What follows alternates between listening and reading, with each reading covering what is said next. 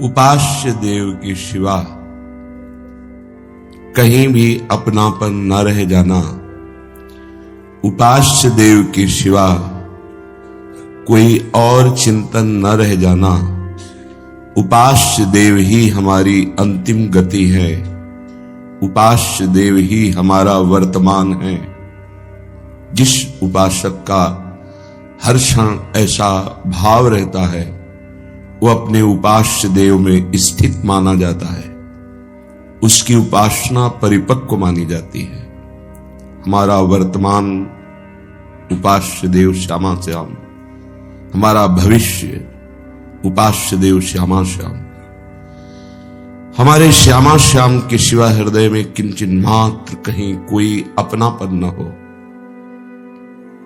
कहीं कोई राग न हो। सच्ची मानिए ये जीवन इसी परिपक्व अवस्था को प्राप्त करने के लिए मिला है।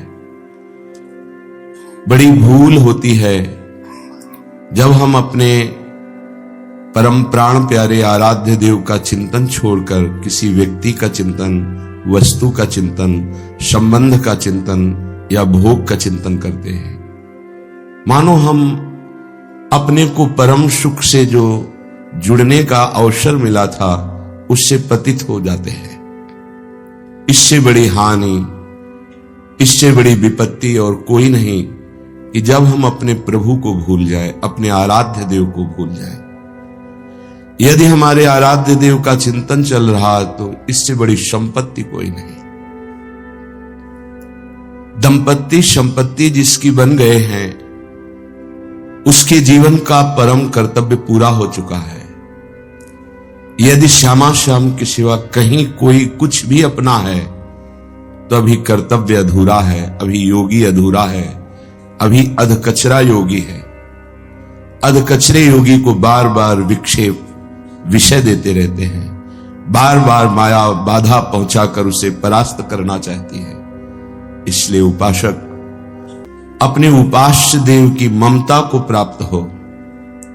इतनी ममता कि कहीं ना अपने प्राणों का मोह रह जाए, न शरीर का मोह रह जाए, न कोई पद आदि की आकांक्षा रह जाए, न समाज प्रियता की आकांक्षा हो, न सम्मान की आकांक्षा हो।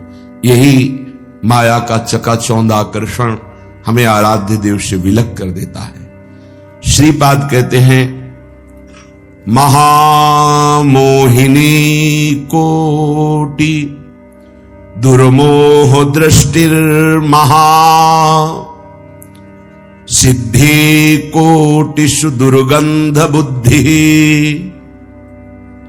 हृदय व्यक्त राधा पदाम्भोज शोभा कदालो भविष्यामि वृंदावनेन्यान। क्या कभी मेरे में ऐसी सामर्थ्य आएगी कि मैं वृंदावन की कृपा से जो मेरे सानिध्य में आवे उसके मोह का नाश कर पाऊं? प्रायः इस श्लोकों में श्रीपाद जी ने उपदेश दिया अपने मन को, अपने लोगों को।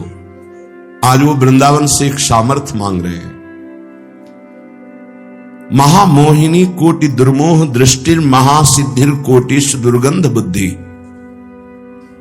हृदय व्यक्त राधा पदाम्भोज शोभा कदा लोभयिष्यामि वृंदावनेन्यान। क्या मैं ऐसी सामर्थ्य प्राप्त कर पाऊंगा हे वृंदावन धाम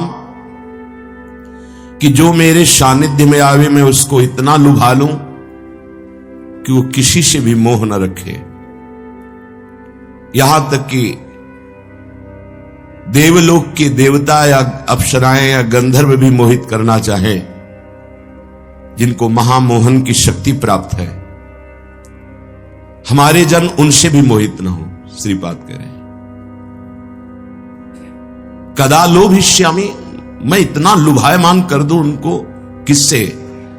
हृदय व्यक्त राधा पदाम्भोज शोभा। श्री किशोरी जी के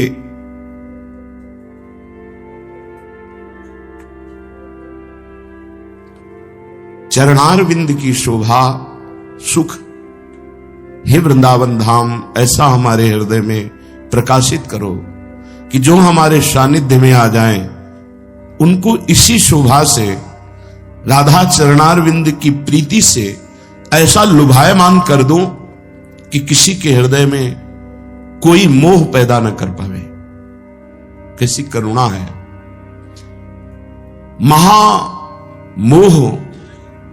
महामोहन करने की, सम्मोहन करने की जिनमें सामर्थ्य है, अप्सरा, गंधर्व, देवता, इनकी भी सामर्थ्य ना हो कि हमारे जनों के हृदय को मोहित कर पावे।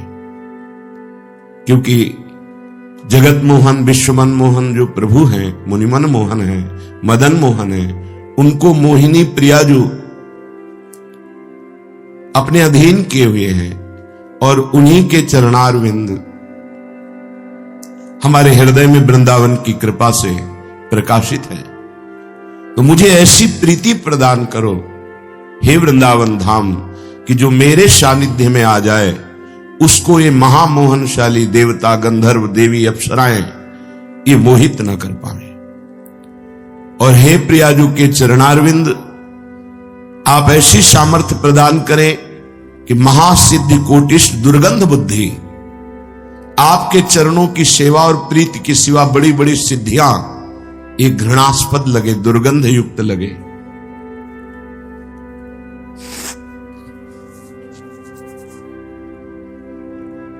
श्री वृंदावन धाम अद्भुत प्रेम समुद्र है। इसकी रज का सेवन स्वयं प्रियाजू करती है। कदावा मदा घूरणदा कर्ण नेत्रा कुली भूय वृंदावन श्री रसेनो निजांगम मुदा गुंठे तद रजोभी प्रियाली सुविस्मापिनी भाति राधा। कभी कभी प्रेम विह्वल होकर के श्री जी मदा घूरणदा, प्रेम मद से घूर्णित नेत्र हैं जो कर्ण नेत्रा, कर्ण तक, कानों तक ऐसे विशाल नेत्र, आयत दृग अरुण लोल, जैसे प्रीतम के ऐसे प्यारी जू के। प्रीतम के चंचल हैं, प्यारी जू के चंचल होते हुए भी बहुत ही गंभीर और शलज्ज भी हैं। प्यारी जू के नेत्र प्रेम घूर्णित हैं। आज प्रेम विकल होकर प्रियाजू वृंदावन की रजरानी को लेकर अपने अंगों पे लगा रही। ये मेरी प्रिय वृंदाटवी की परम पावन रज है। जब हमारी स्वामिनी जो रज लगा रही है तो फिर उनके शरणागत कैसे इस रज से वंचित रह सकते हैं। प्रेम पदार्थ अति दूर है बिनु से रज रूख। लाखों बार रज की महिमा वर्णन की गई, पर उपासक मंद बुद्धि होने के कारण इसे पकड़ नहीं पा रहा। अगर शरीर में जिस क्षण रज नहीं है तो तुम्हें व्याकुल हो जाना चाहिए। तब तक पानी नहीं पीना चाहिए जब तक शरीर में रज का अभिषेक ना हो जाए। ये नियम बना लो, फिर आप देख लेना। अभी राग द्वेष से ही बुद्धि विचरण करती है। मन इन्हीं दो तारों पे चलता है, राग और द्वेष। अगर इन दोनों को काट दे तो अभी जीवन मुक्तता का आनंद जागृत हो जाए। राग द्वेष दोनों खोइए, खोजी पद निर्वाण। राग द्वेष जिसका नष्ट हो गया है, न किसी से प्रीति है न किसी से शत्रुता है, सब में समान भाव, भगवत भाव। धन्य है वो महात्मा, चाहे वो स्त्री शरीर हो चाहे पुरुष शरीर हो। ये जो हृदय में राग द्वेष की वृत्तियां हैं रजोगुण से उत्पन्न होती है, और रजोगुण का नाश करने के लिए समर्थ है रजरानी। रज से रज जाए, बिहारी देव जी ने कहा। अगर रज का शरीर पे अभिषेक है तो रजोगुण नष्ट हो जाएगा। प्रेम पदार्थ अति दूर है बिन से रज रूख। रूख माने लताएं। अगर हम वृंदावन की किसी छोटी लता का भी आश्रय लिए हैं, आलिंगन करते हैं, उसकी छाया में बैठकर नाम जप करते हैं, मंत्र जप करते हैं, तो ये लता बड़े बड़े परमहंस हैं। ये आशीष देते हैं प्रिया प्रीतम के प्रेम का। इसीलिए वृंदावन की लता सम कोटि कल्प तरुनाई। करोड़ों कल्प तरु वृंदावन की एक लता की समानता नहीं कर सकते। वृंदावन की रज सद्यो वशीकरण चूर्ण मनंत शक्तिम, अनंत शक्ति संपन्न प्रभु को अधीन करने की सामर्थ्य रखती है।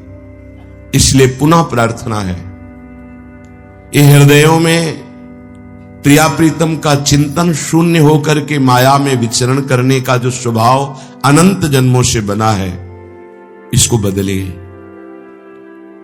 तुम किसी का कुछ बिगाड़ नहीं सकते हो, तुम अपना ही पतन करोगे। राग द्वेष वाला स्वयं नष्ट हो जाता है, किसी को नष्ट नहीं कर सकता। हरिजू की बड़ी कृपा हुई कि हमें सतमार्ग मिला है। हम राग द्वेष की वृत्तियों को मिटाने के लिए रज का सेवन करें। स्नान के तुरंत बाद शरीर में रज का लेप होना चाहिए।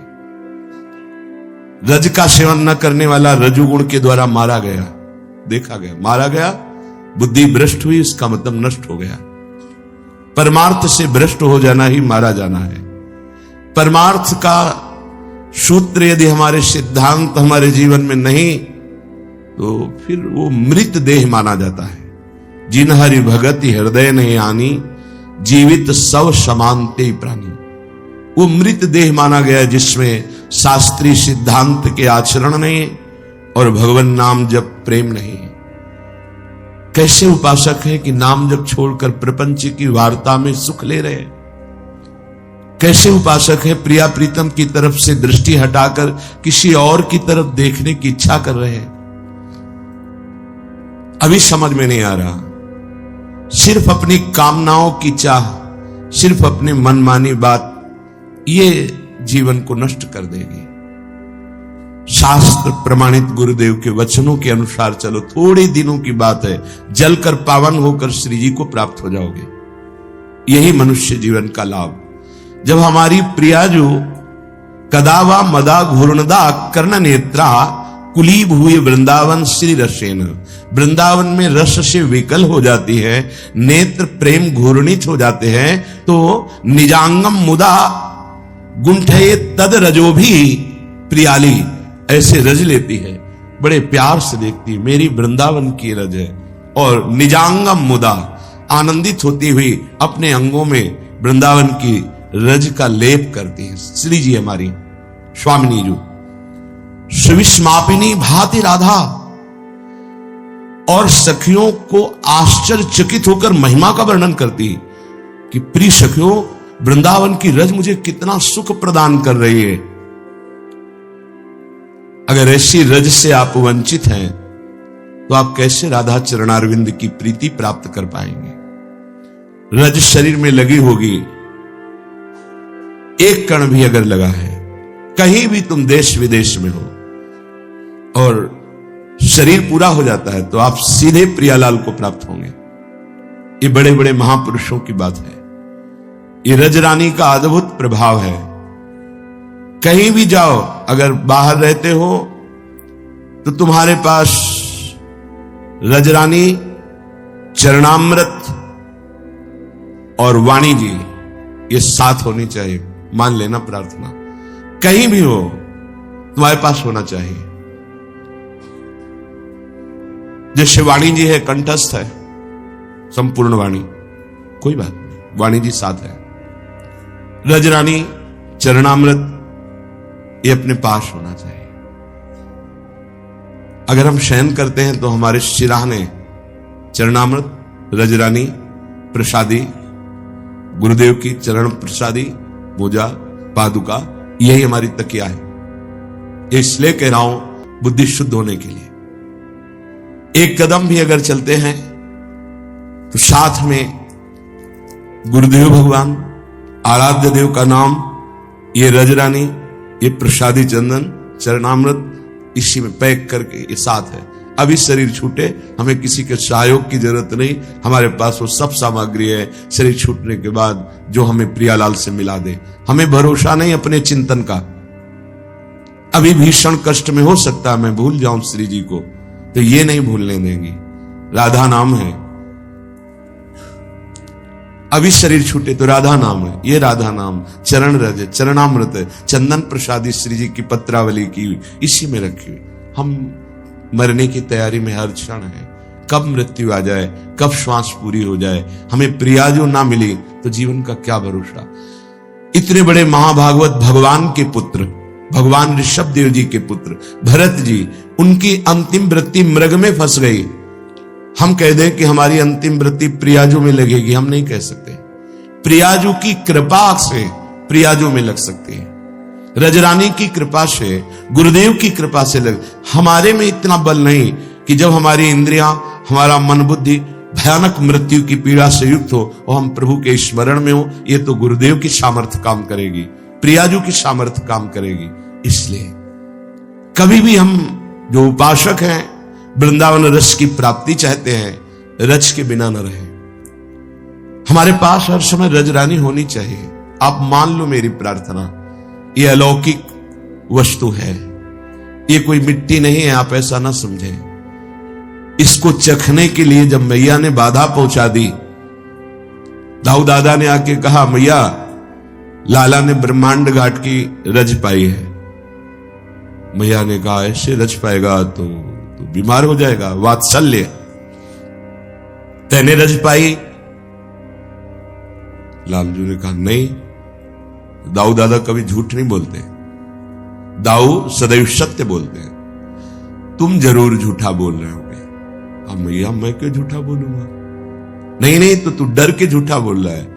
मैया, सही तो मैं ही बोलता हूं। क्यों? क्योंकि अनंत ब्रह्मांड मेरे में विराजमान है, तो रज की क्या बात? देख आ किया अनंत ब्रह्मांडों को। दाऊ दादा साथ रहते थे, इसलिए कहा, रहो साथ। अब मैं ऐसी लीला करूंगा कि पूरे ब्रज 84 कोस की रज को पाऊंगा, तुम नहीं रोक पाओगे। क्या लीला की? अपने बेटा ब्रह्मा की बुद्धि घुमा दी। इनकी नाभि कमल से प्रकट हुए ब्रह्मा जी तो बेटा ही हुए ना, सबके पिता पितामह ब्रह्मा जी, और ब्रह्मा जी के भी बाप आप हैं। जरा सी बुद्धि घुमा दी उन्होंने बछड़ों को, सखाओं को। तो स्वयं लाखों की संख्या बछड़ों की थी।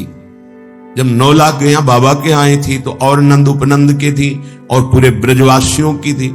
लाखों की संख्या में जो बछड़े थे वो स्वयं लालजू बने और 1 वर्ष तक घास चरने के बहाने संपूर्ण ब्रजमंडल की रज को चखा। ये ब्रज रज है। एक दिन दाऊ दादा ने देखा कि जितना प्रेम श्री कृष्ण के प्रति मेरे हृदय में, उतना ही प्रेम बछड़ों को देख के होता है, सखाओं को देख के होता है। उतना ही प्रेम ये ब्रजवासी जन अपने बच्चों से करते हैं, बछड़ों से करते हैं। ऐसा तो नहीं हो सकता। किसी की माया मुझे मोहित नहीं कर सकती। क्या है ये आकर्षण? क्या है? जो अपने स्वरूप में आके देखा तो सब श्री कृष्ण, बछड़े श्री कृष्ण, सखा श्री कृष्ण, छड़ी श्री कृष्ण। तो हो, ये तो मेरे प्रभु साक्षात बने हुए। तब देखा कि ब्रह्मा जी के द्वारा ये लीला, रज चखने के लिए ठाकुर जी ने ब्रह्मा जी की बुद्धि फेर दी। 1 वर्ष तक लाखों बछड़ों का रूप धारण करके संपूर्ण ब्रजमंडल की रज चा। ये वृंदावन की रज है। अगर आप रज नित्य लगा रहे हैं तो कोई तुम्हें प्रियालाल से रोक ही नहीं सकता। निश्चित ये रस तुम्हें महाप्रेमी बना देगी। कौन सी सिद्धि ऐसी है जो प्रेमी को प्राप्त ना होती हो? पर वो महासिद्धि कोटिश दुर्गंध बुद्धि, दुर्गंध बुद्धि होए बुद्धि जो परम शयानी, तिंतन चितई न अनहित जान। ये अनहित कर देंगी, प्रेम से वंचित कर देंगी। इसीलिए प्रेमी महाभागवत कोई सिद्धि स्वीकार नहीं करता। दुर्गंध के समान घृणास्पद भाव से त्याग देता है। तो जब हमारे आराध्य देव निजांगम मुदा गुंठये तद रजो भी प्रियाली और सुविस्मापिनी भाति राधा आश्चर्यचकित होकर सखियों से वर्णन करती है रजरानी की महिमा, तो अपने लोग तो दास हैं, उपासक हैं। स्नान के तुरंत बाद रज लगनी चाहिए। 24 घंटे हम रजोभिषिक्त रहे। हर ज्ञान, हर भक्ति का स्वरूप आपके हृदय में प्रकाशित हो जाएगा और चिंता नष्ट हो जाएगी। अभी शरीर छूटे, हम श्री जी को प्राप्त हो जाएंगे। हृदय की स्थिति श्री जी में रहे, प्रियालाल में रहे, यह हमारी उपासना की परिपक्व अवस्था है। ये कृपा से होता है। रजरानी की कृपा, गुरु की कृपा, आराध्य देव की कृपा, एक साथ सब कृपा हमारे ऊपर बरस रही। बस हम अपनी कृपा कर लें अपने ऊपर। क्या जो आज्ञा हो रही उसका पालन करें, अपने को यंत्रवत रख लें। मेरा जीवन श्री जी को समर्पित है, जैसे जहां जो चाहें वो करें, मेरा अधिकार खत्म। अभी आनंद की अनुभूति हो जाए। पर हम अपनी मनमानी नहीं छोड़ना चाहते, हम अपना देह भाव नहीं छोड़ना चाहते, हम अपने बुद्धि की सलाह को ही केवल सलाह मानते, शास्त्र सम्मत गुरु आज्ञा इस पर ध्यान नहीं देते। यह अवसर मिला है महामंगल का, महामंगल महामहोत्सव होने जा रहा है तुम्हें भगवत प्राप्ति का। ये अनंत जन्मों के बाद महामहोत्सव आता है। कृपा हुई, मान लीजिए। ये बहुत पढ़ लिख करके पदों में जाना, नौकरी प्राप्त करना किस लिए है? जीने के लिए। लेकिन जीवन कितना है? सीमित। अधिक से अधिक 100 वर्ष, फिर मरोगे।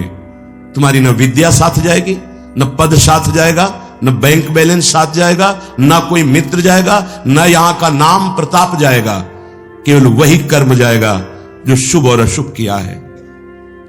अगर सावधान हो गए और जीवन जीने के कर्तव्य कर्म करते हुए जीवन का जो रहस्य है, तत्वबोध, भगवत प्राप्ति, भगवत प्रेम, अब जीवन का लाभ मिला। श्रीपाद कह रहे हैं, महानंद निस्यंदिनी विश्वचेतो मृगावंधिनीम रंधिनीम बंध संधे रसोन्मत्त वृंदाटवी वल्गिनीम ताम हरोर दिव्य वंशी महम शीलयामि। मैं बंशी जी का आश्रय लेता हूं, मैं बंशी सखी का ध्यान करता हूं।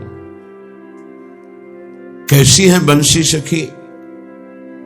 जो महा आनंद स्वरूप वृंदावन का आश्रय ले लेता है, तो उसके हृदय को जैसे बहलिया बाण से बेंध करके मृग को एक कदम चलने लायक नहीं रखता, ऐसे बंसी जी प्रेम से बींध कर मन को पंगु बना देती है।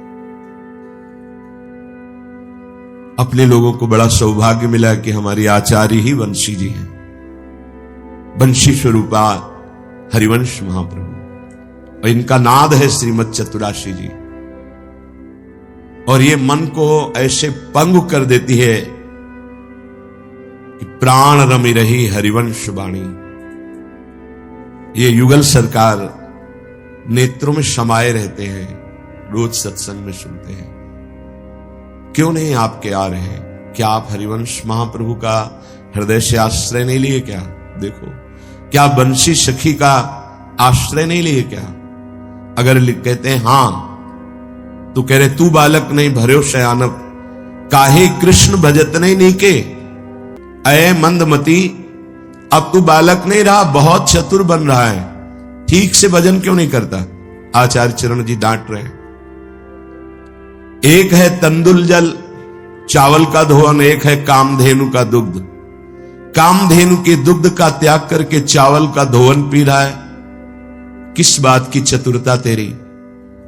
कामधेनु का दुग्ध है प्रियालाल का नाम, प्रियालाल का रूप, प्रियालाल की लीला, और चावल का धोवन है संपूर्ण ब्रह्मा का रचा हुआ ये ब्रह्मांडों का आकर्षणकारी माया सुख। तू बालक नहीं भर्यो शयानप, काहे कृष्ण भजत नहीं नीके। अति सुमिष्ट तजीव सुरभिन पय, मन बंधत तंदुल जल फीके। अगर तुम तंदुल जल फीके माया के इस छिल्लर रस में अपनी चित्त वृत्ति को देते हो, तो उसका परिणाम कह रहे जैसे हरिवंश नरक गति दुर्भर। ये छिल्लर रस माया का आकर्षित करा के पाप कराता है, सबसे हो जाता है, सबसे गलती हो जाती है। यह है ऐसा फिसलन का मार्ग। लेकिन जिस दिन से जान जाए मेरे से चूक हो गए, अंदर ही अंदर कान पकड़े, प्रभु से प्रार्थना करे, आचार्य से प्रार्थना करे, गुरुदेव से प्रार्थना करे, मेरे से त्रुटि हो गई नाथ, एक बार क्षमा कर दो, जीवन में अब कभी ये त्रुटि नहीं होगी, पक्का कोई दंड नहीं मिलेगा, क्षमा हो जाएगा, आपका रास्ता आगे खुल जाएगा और कृपा होगी, क्योंकि अहम गलित हो गया। अपने अंदर जो अहम था भगवान एक बार नष्ट करते हैं। अगर जितेंद्रियता का अभिमान है, परिपक्व अवस्था का अभिमान है, तो एक बार घुटने टेकने पड़ेंगे। गोविंद को गर्व अच्छा नहीं लगता। जहां थोड़ा झुका तां उठा लिया प्रभु, उसे दलदल में नहीं गिरने देंगे माया के।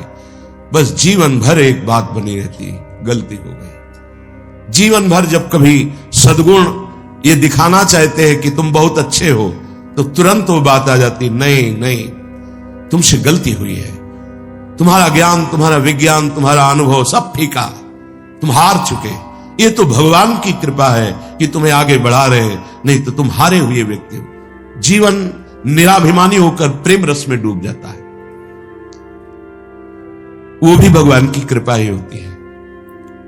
पर उपासक को सावधानी पूर्वक आचार्य से संबंध दृढ़ रखना चाहिए, कहीं और गलती मानने की जरूरत नहीं है। आचार्य सब रूपों में विराजमान है। जब आपसे कोई गलती अंदर से महसूस हो, अपने आचार्य गुरुदेव को साक्षी करके हृदय से वो गलती ही खत्म हो जाएगी, विश्वास कीजिएगा। एक क्षण में देखा है आचार्य कितनी जल्दी सुनते। आप सब कह रहे होंगे कि आपकी सुनते नहीं, हम सब उनके बच्चे हैं और इनकी इतनी सामर्थ्य है कि प्रिया प्रीतम इनकी आज्ञा का पालन करते हैं। आचार्य की आज्ञा का पालन प्रिया प्रीतम करते हैं। यदि आपका चित्त आचार्य चरणों से जुड़ जाए, प्रियाजुष से भी बढ़कर आचार्य के प्रतिभाव होना चाहिए। प्रायः जो आचार्य शरणागत नहीं, उसमें रंग नहीं देखा गया, न ज्ञान का, न योग का, न भक्ति का, केवल बातें ही बातें पाई गई, रंग नहीं देखा गया। आचार्य कृपा से जो रंग आता है वो शास्त्र सम्मत होता है, उसकी पहचान होती है। इसलिए हम सबसे प्रार्थना करते हैं कि आचार्य पर प्रधान बुद्धि कीजिए, जो आचार्य आज्ञा कर रहे हैं कि यदि आप ठीक से भजन नहीं करते हो तो तंदुल जल में फंस जाओगे। तंदुल जल जैसे दूध वैसे दिखाई देता है नहीं, ऐसे ही ये माया जो रची हुई है, इसमें सुख ही सुख दिखाई दे रहा है और दुख ही दुख है। स्वयं भगवान कह रहे दुखालयम शाश्वतम, दुख यो नया। मान लो आचार्य की बात, तो ठीक से भजन कैसे करें? क्या आशय है आचार्य चरण का? तो आचार्य चरण ही की वाणी में वो कह रहे हैं, कुत्सित वाद विकारहि परधन सुन सिख मंद परतीय बंच। ये बहुत कम शब्दों में साफ सावधानियों का सार बता दिया। प्रेम के आचार्य हैं, इसलिए ज्यादा सिद्धांतों का वर्णन नहीं किया, प्रेम का वर्णन किया है। पर एक एक दोहे में, एक एक पंक्ति में शास्त्रों का सार वर्णन कर दिया। कुत्सितवाद,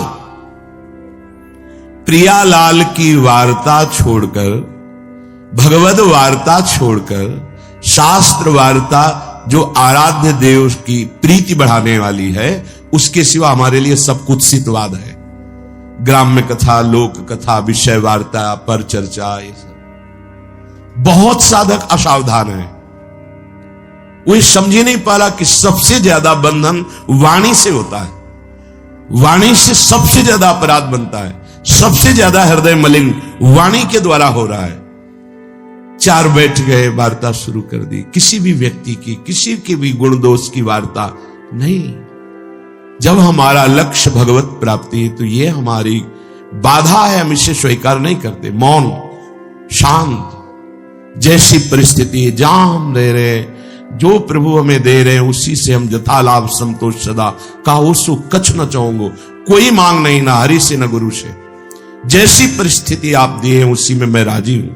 बस हमारा निरंतर चिंतन प्रिया प्रीतम कहो, एक चाह यही है। चाह है तो एक यही कि प्रिया प्रीतम का निरंतर स्मरण बनता रहे। कुत्सितवाद, इससे नहीं बच पाते साधक, इसीलिए प्रेम जागृत नहीं हो पा रहा। विकार हैं ये षड विकार, जित, अनघ, अकामा, ये कामनाएं पाप कराती हैं।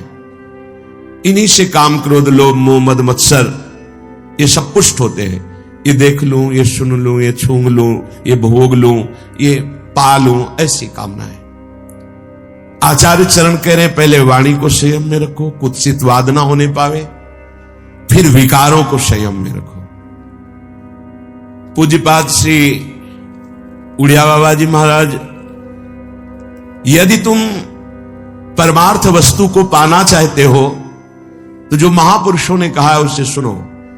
वाचो वेगम, मनसः क्रोध वेगम, हिंसा वेगो, मुदरोपस्थ वेगम, एतान वेगान सहते यस्तु विद्वान, निंदा चास्य हृदयम नोपहन्यात्। बाबा कह रहे हैं यदि प्रेम रस या तत्वबोध चाहते हो तो वाचो वेगम, वाणी के वेग को सहना सीखो, बोलना नहीं। बहुत संभालो अपनी ऊर्जा शक्ति को। ये उपासक इस विषय पर नहीं ध्यान दे पाते। जब देखो दो लोग खड़े बात कर रहे हैं, क्यों बात कर रहे हो? या तो भगवान की आज्ञा की बात करो। बोधयंता परस्परम कथयंति च माम नित्यम तुष्यंति च रमन्ति च। ये नवीन अवस्था में वेग बहुत जोर से आते हैं। वाणी का वेग, घंटों बेकार की बातें करते रहना। आज जो सत्संग प्रवचन हो रहा ना, मनोरंजन होता चला जा रहा है। शास्त्र के बिल्कुल हटकर, शास्त्र से बिल्कुल हटकर, साधना से बिल्कुल हटकर केवल मनोरंजन होता चला। ऐसा निकृष्ट वार्ता मंच पर बैठकर करना शास्त्र विरुद्ध, एकदम शास्त्र विरुद्ध, जैसे देखने को मिला, जैसे एकदम शास्त्र विरुद्ध। ऐसी शब्दों की नहीं। तस्मात् शास्त्रम प्रमाणम थे कार्याकारो व्यवस्थित हो। ना संयम है वाणी में, ना संयम है इंद्रियों में, और ना संयम है बोलने में। जो मनाया सो बोलते चले जा रहे। अगर बोलने का अवसर मिला तो जो मनाया बोलते चले। नहीं, वाचो वेगम, वाणी के वेग को संभालते हुए शास्त्र सम्मत बोलने की बात। एक भी मन भंजन की वार्ता नहीं होती। इंद्रिय, मन, इनको केवल प्रफुल्लित कर दे नाच गा के बजा के। आचार्यों की वाणी ऐसी नहीं रही, महापुरुषों का उपदेश ऐसा नहीं रहा। प्रार्थना मान लीजिए, ऐसी वाणी सुनिएगा मत, कान में अंगुली डालिए और चल दीजिए, नहीं तो भ्रम पैदा हो जाएगा। अगर शास्त्र सम्मत वार्ता नहीं है तो कोई भी बोल रहा हो हमें नहीं सुनना चाहिए। ये प्रवचन, ये सत्संग, ये श्रीमद् भागवत का साप्ताहिक अनुष्ठान, ये जगत मंगल के लिए है, ये मनोनिग्रह के लिए है, ये इंद्रिय निग्रह के लिए है। ये मन और इंद्रियों को प्रफुल्लित करके विषय रस में डुबोने के लिए नहीं है, भगवदानंद के लिए। ऐसे ऐसे वाक्य बोले जाते हैं कि अंदर से लगता है क्या होगा आगे चल करके, ये और बड़े बड़े टाइटल शब्द आगे लगते हैं। अब ये बेचारे लोग न जो शास्त्र को जानते हैं, न सिद्धांत को जानते हैं, न साधना को जानते हैं, बस उनको भी लगा चलो 2 घंटे हंस खेल लिए। अरे ये जो मंच होता है, ये जो उपदेशक का पद होता है, ये जीवों के परम कल्याण के लिए होता है। वाचो वेगम, वाणी को थोड़ा शासन में रखिए, वाणी को शास्त्र सम्मत बोलिए। ये मनोरंजन का क्षेत्र नहीं होता सत्संग प्रवचन। इसमें जो सुन के जाए वो उदास हो जाए, हाय मेरा जीवन इतना व्यर्थ चला गया, मैं जान नहीं पाया मुझसे ये गलती हो गई, मेरे जीवन में ऐसा कैसे हो गया। ये चिंतन चलना चाहिए। वो सत्संग सुन के आ रहा है, वो सत्य में चिंतन में अपनी वृत्ति को लगाने की चेष्टा करने लगे। वाचो वेगम, बिल्कुल स्वयं में 5 मिनट बैठकर भगवदानंद की स्फूर्ति की लालसा नहीं। एकादश स्कंद श्रीमद् भागवत का आपको कहीं बड़ा दुर्लभ विषय हो रहा है। बस जिन बातों से कैसा दृश्य उपस्थित किया जाता है, सत्संग कर बिल्कुल एक तरह से रूप ही बिगाड़ता चला जा रहा है। जहां शरीर राग मिटाने की बात आती, वहां शरीर श्रृंगार। जहां विषय राग मिटाने की बात आती है वहां विषय, जहां चित्त को प्रभु से जोड़ने की बात आती है वहां चित्त को विषय से जोड़ने की बात, धन से जोड़ने की बात, कैसे बात बनेगी? इस शास्त्र संसार के सत्यत्व का भ्रम मिटाने के लिए है, प्रभु में सत्यत्व बुद्धि दृढ़ करने के लिए है। आज का ये स्वरूप वाणी का ज्ञान नहीं है। जब तक आप त्रिकाल संध्या नहीं करते, जब तक आप गायत्री अनुष्ठान नहीं करते, जब तक आप मंत्रानुष्ठान नहीं करते, आप शास्त्रों की बातों को नहीं समझ सकते। ये ऐसा नहीं कि तुम पीएचडी करके और फिर गीता और भागवत और इन शास्त्रों पर नहीं, आचार्य परंपरा है, मंत्रानुष्ठान है, गुरु कृपा है, उनसे और नहीं तो बहकता चला जा रहा है। प्रसंग क्या है? बहकता चला जा रहा है। बहुत श्रवणेंद्री को संभाल करके सुनो, क्योंकि वाणी के वेग को संभाल पाना ये मंत्रवेत्ता की ही बात हो सकती है। याद आ रहा है महाभागवत पूज्य श्री रामचंद्र डोंगरे जी महाराज कन्नौज में गंगा किनारे भ्रमण कर रहे थे। उस समय क्या कथा का स्वरूप, जितने सब समाधिस्थ भाव में, सबके आंसू, और आपके सामने ठाकुर जी विराजमान, उन्हीं पे एक टक लगाए, आंसुओं की झड़ी चल रही। जो चढ़ा वह वहीं छोड़ दिया और चल दिया। ये परमहंस। अगर हमारे अंदर स्वयं भगवत अनुराग, भगवन नाम जब मंत्रानुष्ठान नहीं, तो इन वाणियों को समझ पाने खेल नहीं। ये मनोरंजन नहीं, उपदेश। वाचो वेगम जो उपासना के सोपान पर चढ़ना चाहता सबसे पहला है कुत्सितवाद। हरिवंश महाप्रभु यहां वाचो वेगम, वाणी का वेग आता है बोलने का।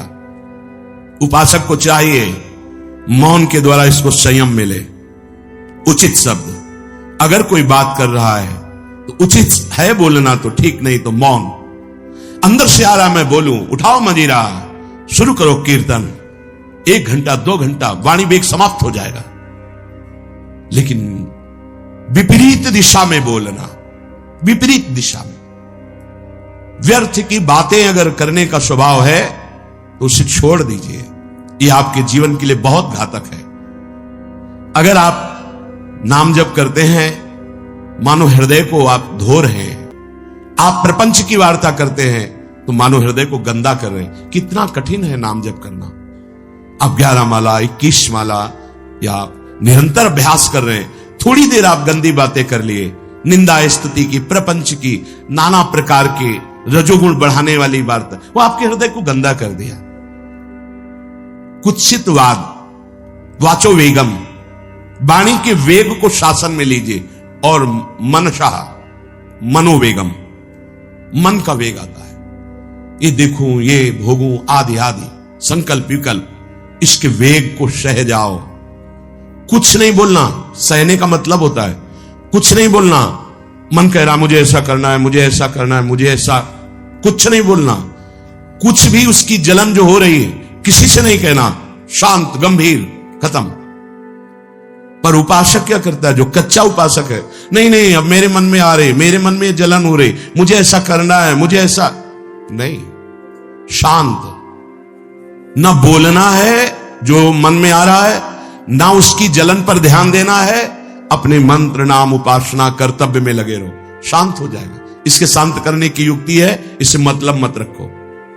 सब साथ छोड़ देते तो हृदय के भी साथी साथ छोड़ते हैं, ध्यान रखना।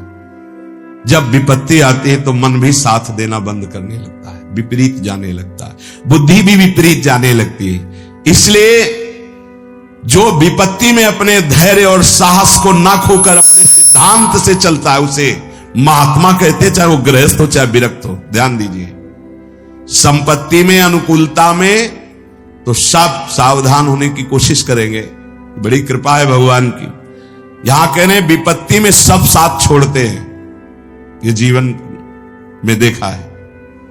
विपत्ति में ना तो बाहरी कोई साथ देता है और ना मन साथ देता है, उस समय भजन साथ देता है। भजन विपत्ति में हृदय को जो दृढ़ रखे, धैर्यवान और साहस बिल्कुल ना गिरने पावे, आगे बढ़ो, नाम जब तुम्हारा भजन वैसे ही चलना चाहिए। तब समझना चाहिए कि हमारी साधना परिपक्व। विपत्ति में कोई साथी नहीं होता, देखा गया है, कोई साथी नहीं। मन भी धोखा दे देता है, मन भी, अपना मन भी साथी नहीं। उस समय केवल भजन साथी होता है। तभी विपत्ति को कुंती जी ने मांगा, क्योंकि उस समय एक ही साथी होता है, हरि बस। संपत्ति में तो बहुत साथी मिल जाएंगे, अब तो साथी ही साथी हैं, जिधर देखो उधर साथी हैं। और उस समय तो जिधर देखो उधर केवल हरि है, दूसरा कोई है नहीं। ये बड़ा सुख मिलता है जब तिरस्कार और विपत्ति एक साथ होती है, तो सीधे प्रभु से फोन में बात होती, सीधे प्रभु होते हैं कि आपके सिवा को। इसीलिए बहुत प्रवीण है कुंती माता, इसीलिए कहा कि मुझे विपत्ति दीजिए जो हर कदम में आपका स्मरण कराती है। अच्छा, प्रभु जब कृपा करते हैं तो ऐसी विपत्ति देते हैं कि अंतिम श्वास तक वो बनी ही रहती है, अंतिम श्वास तक बनी रहती है। हर कदम पर जैसे गार्ड रखा जाता है ना, सावधान, यहां से ऐसे ऐसे ऐसे हर समय विपत्ति महारानी सावधान, तुम्हारा जीवन कभी भी नष्ट हो सकता है, किसी भी क्षण नष्ट हो सकता है, इसलिए हर समय लक्ष्य पे रखो अपनी दृष्टि, प्रिया प्रीतम पे। ये कृपा होती है। तो उपासक को जब विपत्ति मिले, सब साथ छोड़ दें, मन भी ना लगे, तब धैर्य और साहस दोनों को सुरक्षित रखते हुए साधना में समय आया है, परीक्षा आई है, फेल मत हो, धैर्य पूर्वक डटे रहो, निकल जाएगा। ये तूफान है, मन का तूफान है, माया का तूफान, निकल जाएगा, आगे बढ़ो। अगर भूल गए तो इससे बड़ी कोई हानि नहीं होगी, ध्यान देना। साहानिस्तन महच्छिद्रम सा चांद्र जड़ मूढ़ता यन्मुहूर्तम क्षणार्धम वा वासुदेवम न चिंतेत। अय उपासक, वो मुहूर्त, वो आधा क्षण जिसमें आप अपने प्रभु को भूल गए किसी भी प्रकार से, अपमान को देखकर, निंदा को सुनकर, विपत्ति के चक्कर, सबसे बड़ी हानि हो जाएगी। आधे क्षण के लिए भी प्रभु को नहीं भूलना। सबसे बड़ी त्रुटि अंधापन, जड़ता, मूर्खता होगी कि उपासक निंदा सुनकर, अपमान की परिस्थिति में या विपत्ति में अपने प्रभु को भूल जाए। नहीं, एक क्षण के लिए भी नहीं, ना संपत्ति में भूलेंगे और ना विपत्ति में भूलेंगे। जो उपासक है वो ममता शून्य होता है, इसलिए उसका भजन नहीं रुक सकता। न शरीर पे ममता है, न किसी संबंधी पे ममता है। तो विपत्ति किस पे आएगी? इन शरीरों पर ही तो आती है। विपत्ति किस पे आएगी? संबंधों पर ही तो आएगी। तो उसका भजन क्यों नहीं रुकता? क्योंकि ममता शून्य है। इसीलिए इस ममता पर प्रहार गुरुदेव करते हैं, आचार्य शास्त्र करते हैं। ममता शून्य बनो, अपनी ममता केवल प्रियालाल से। तो भारी विपत्ति में भी हमारी ममता सुरक्षित श्यामा श्याम से, उनका चिंतन चलता है। एक एक कदम पर वो मुस्कुराते नजर आते हैं जब किसी का सहारा नहीं होता, किसी का भरोसा नहीं होता, कोई अपना नहीं होता है। ये जानबूझ करके किया जाता है। नहीं तो संसार में सबके कुछ न कुछ अपने होते हैं। संसार में कुछ न कुछ सपने होते हैं और कुछ अपने होते हैं। जानबूझकर सब सपने मिटाए जाते हैं और सब अपनेपन मिटाए जाते हैं। हमारा स्वप्न भी प्रभु होते, कल्पना, भावना, चाहत, गति जो हमारे प्रभु होते हैं, हमारा अपनापन भी प्रभु से होता है। अब व्यवहार में सब अपने हैं। अब देख लो, पहले एक बार अपनापन हटाया, ममता हटाई, प्रभु के चरणों में रखी। इसके बाद अब सबसे प्रभु भाव से नाते नेह राम के मने, अब कोई फर्क नहीं। पर अभी ममता से समता में नहीं पहुंचे, इसलिए ममता हटानी है। एक बार हटाओ, अपने शरीर से, अपने संबंध से, अपने इंद्रियों के भोगों से ममता हटाकर श्री जी के चरणों। एक अहमता ममता ये जग में है दुखदाई, ये जब श्री जी की ओर लगे तो होत परम सुखदाई। उपासक को क्यों विघ्न नहीं पड़ता भजन में? क्योंकि उसकी कहीं ममता ही नहीं होती। अमुक पधार गए, तो मृत्यु लोक है, जाना ही है, राधा राधा राधा। बलराम ब्रजवासी बताते हैं कि उनके बगल में एक गृहस्थ भक्त थे, तो उनका पुत्र मथुरा गया तो एक्सीडेंट से पधार गया, और उनके 4 घंटे जप का नियम था, तो 2 घंटे हुए थे, वो जप रहे थे। सूचना है कि आपके पुत्र का एक्सीडेंट हो गया और ऐसा ऐसा, तो उनका है या पधार गया? बोले पधार गया। बोले जब पधार ही गया तो आगे का कार्य आप लोग देखो, 2 घंटा रह गया, पूरा जप हो जाने पर ही हम उठेंगे। पूज्य श्री मुखिया जी महाराज जो इस समय गाते हैं, राधा वल्लभ जी इनके पिताजी बड़े मुखिया जी कहे, जहां राधा वल्लभ जी के सामने हारमोनियम में ऐसे हाथ रखा और एक बार राधा वल्लभ जी को देखा, आंख बंद की, तो समाज पूरी होने के बाद ही आंख खुलेगी। इतने में सूचना है कि आपके बड़े पुत्र को अग्नि के द्वारा ऐसा, तो शरीर पूरा हो गया। तो बस राधा वल्लभ जी की तरफ देखा, आंख मूंद ली, पूरी समाज करने के बाद ही। क्यों? क्योंकि ममता शून्य है। ममता युगल चरणारविंद में राधा वल्लभ लाल जी की जाने का समय निश्चित है, चला गया। अब हम श्री जी की सेवा में उसका मंगल ही होगा। ये आना बड़ा कठिन है, ममता का त्याग होना बड़ा कठिन है। परिवार के जन यही कहते हैं कि देखो हमारी आंखों के सामने तुम बने रहो, भजन कर लो, दूर मुझे बर्दाश्त नहीं होता। हाँ, यही ममता चुरानी है, यही चुरा के प्रभु के चरणों में देनी है, और उनसे यही मिलेगा आपको। क्या? वो कहेंगे कि अब तुमसे दूर रहना मुझे बर्दाश्त नहीं होता।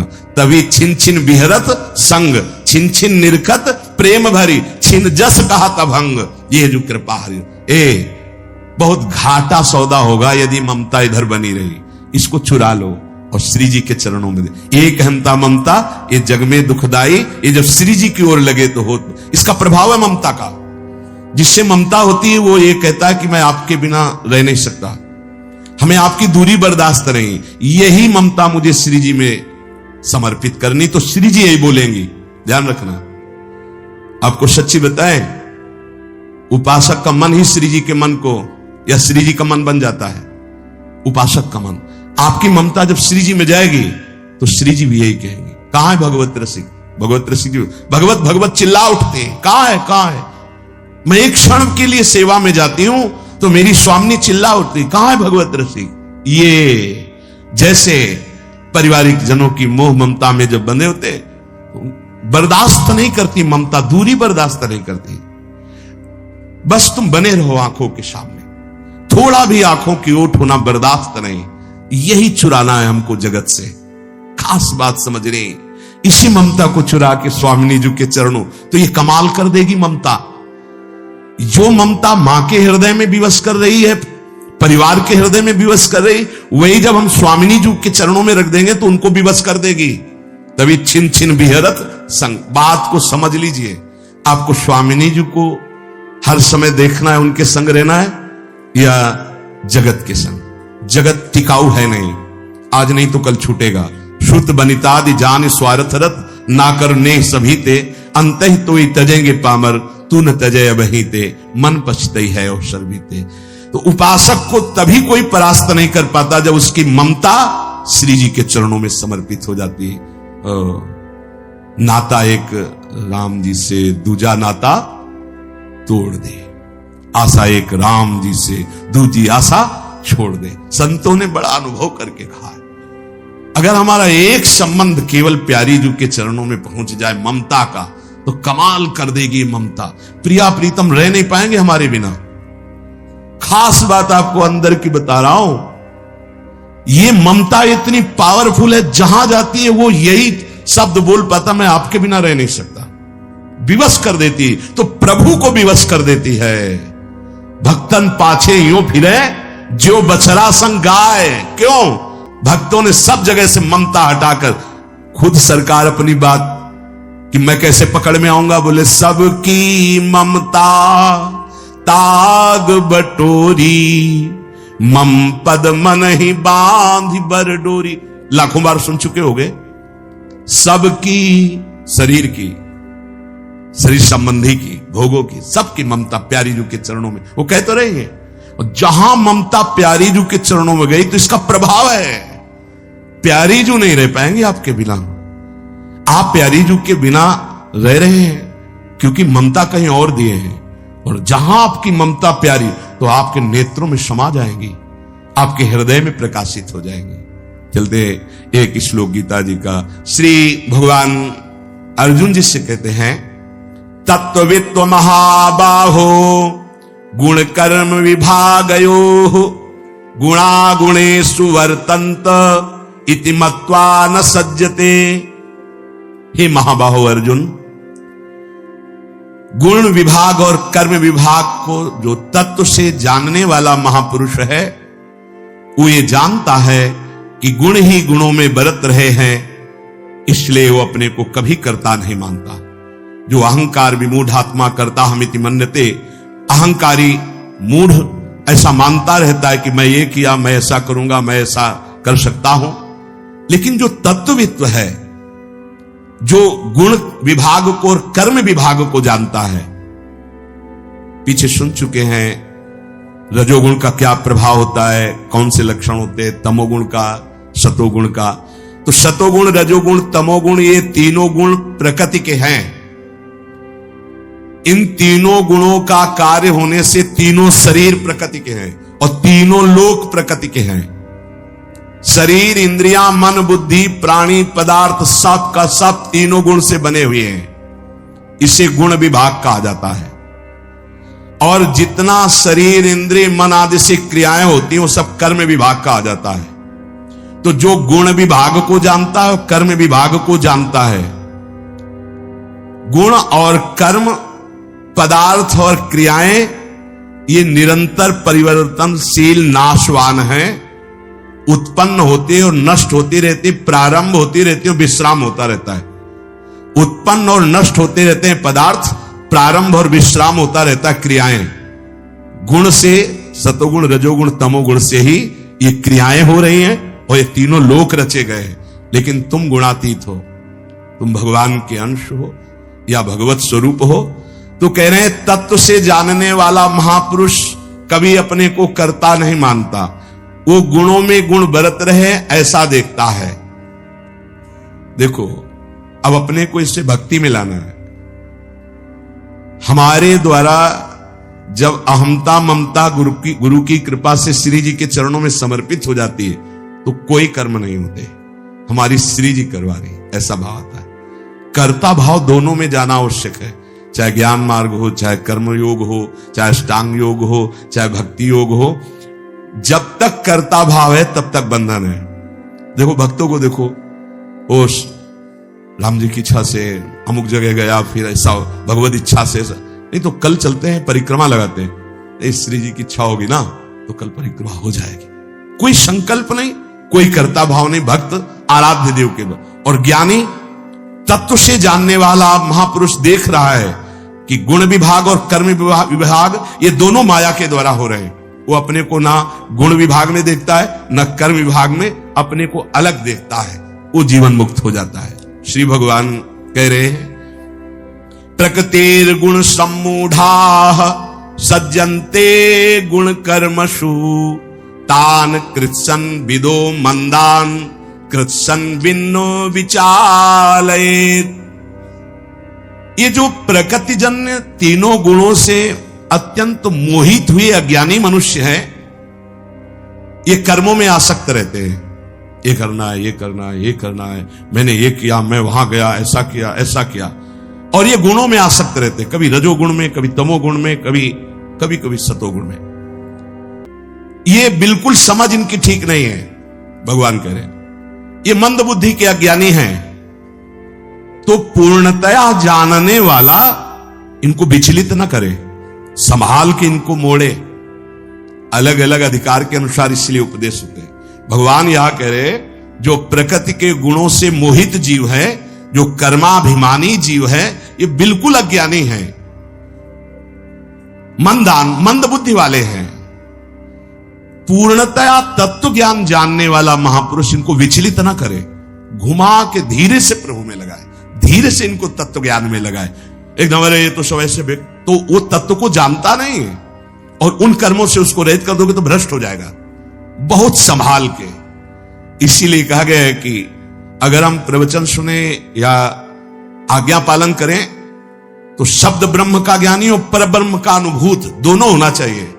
शब्द ब्रह्म वेदों का ज्ञान, शास्त्रों का, और पर ब्रह्म तत्व ज्ञान दोनों होना चाहिए। अगर वो अरे ये जो तुम सब कर रहे हो मिथ्या है से, तो सत्य को जानता नहीं, क्रियाओं में लगा, उससे विचलित कर दिया, होगा क्या? तो घुमा के धीरे से उसे भगवत मार्ग में लगावे, उससे विचलित ना करे। मयि सर्वाणि कर्माणि सन्न्यस्याध्यात्म चेतसा निराशीर निर्ममो भूत्वा युद्धस्व विगत ज्वरः। अध्यात्म चेतसा, जिनकी बुद्धि में आत्म प्रकाश हो गया है, ज्ञान, वो संपूर्ण कर्तव्य कर्मों को मेरे में अर्पित कर देते हैं। बहुत जोर की बात।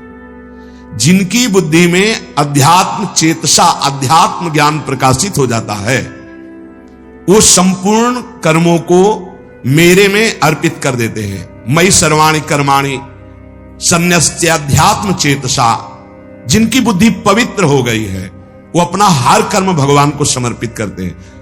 और भगवान को समर्पित किया हुआ कर्म अनंत गुना फल देने वाला होता है। तो अगर पाप समर्पित किए तो अनंत गुना दंड मिलेगा, इसीलिए पाप कर्म नहीं। भक्त के द्वारा समर्पण कर्म जिसके होते हैं, पाप कर्म नहीं। पाप कर्म ना तो करना चाहिए, भूल से हो जाए तो उसका प्रायश्चित कर लेना चाहिए। ये दो कभी बकाया नहीं रखने चाहिए, एक तो ऋण किसी का और दूसरा पाप। इनको तत्काल हटाना चाहिए, तत्काल। जैसे आपने किसी के पैसे ले लिया या किसी का कुछ ले लिया और आपने वापस नहीं किया, तो मात्र उसके लिए आपको जन्म लेना पड़ेगा, ध्यान रखना। यहां से किसी का कर्जा लेके मत मरना। यह मत सोचना कि अब हम उसको खा पी लिए, खत्म कर दिए, अब क्या देना, मांग मांग के वो भी थक गया। नहीं नहीं, आना पड़ेगा आपको देने।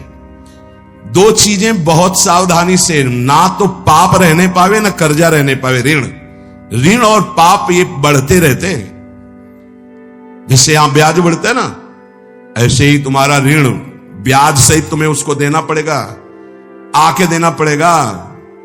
ऐसी योनियों में जन्म होकर के तुम्हें वहां जाना पड़ेगा कि उसको उतना लाभ देना पड़ेगा। और पाप वो बढ़ता चला जाएगा यदि प्रायश्चित नहीं करोगे। आपको पता चला मेरे से पाप हो गया, गुरुजनों से, संत जनों के द्वारा उसको सामने रखो, मेरे से पाप हो गया, इसका प्रायश्चित।